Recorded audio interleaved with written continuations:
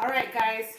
The art club's going to challenge you to do an Easter egg in your window for the kids in our town to do an Easter egg hunt around town. So I was going to show you how to do it. If you know how to do it or you have your own ideas, do it your own way. That is fine. I'm just going to give you some tips on how to do it. So the easiest way is to have a stencil of your egg, and I was just going to show you how to make a large egg if you didn't have one. So this is basically what we're going to end up with. Okay, but the only thing you need to do that is just some kind of big paper. Newspaper would work if you have that at home. I happen to have some poster board here that works fine. You're just gonna find a big old plate or a pizza pan, something big like that. You don't have to use a Sharpie, although it's easier to see. And you just go around. This just makes sense, right? I just marked on myself. Go around like this. Okay, make your circle. Then you kind of have to figure out where your halfway point is, and I know this one's 15 because I did it earlier.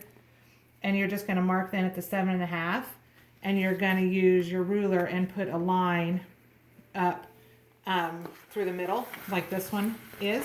And I added about 3.5 inches of height to my 15-inch. Just do whatever looks right to you. And then you're just going to come here around the edge, and I did this with the pencil first, and just go up like this and extend that out to an oval, okay, till you have an egg. All right, then you're going to take that to your glass window, and I would recommend painting on the inside of your window, okay, because then the weather doesn't mess it up as much. So take your egg, tape it to the outside,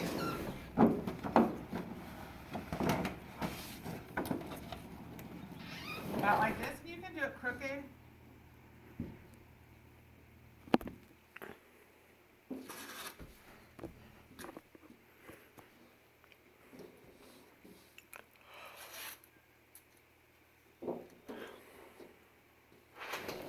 Okay, then you've got your egg on the outside.